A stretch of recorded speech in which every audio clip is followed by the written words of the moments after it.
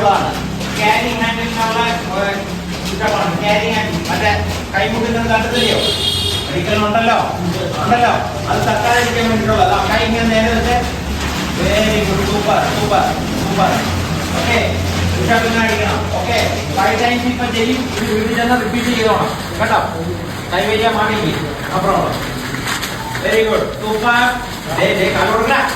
Ready, ജാओ up, जाओ up, जाओ up, जाओ up, जाओ up, जाओ up. മതി, ഗുഡ്. നേരെ പിടിച്ചാൽ കൈ നേരെ വെച്ച് നേരെ നേരെ നേരെ ഗുഡ്. 10 എണ്ണം.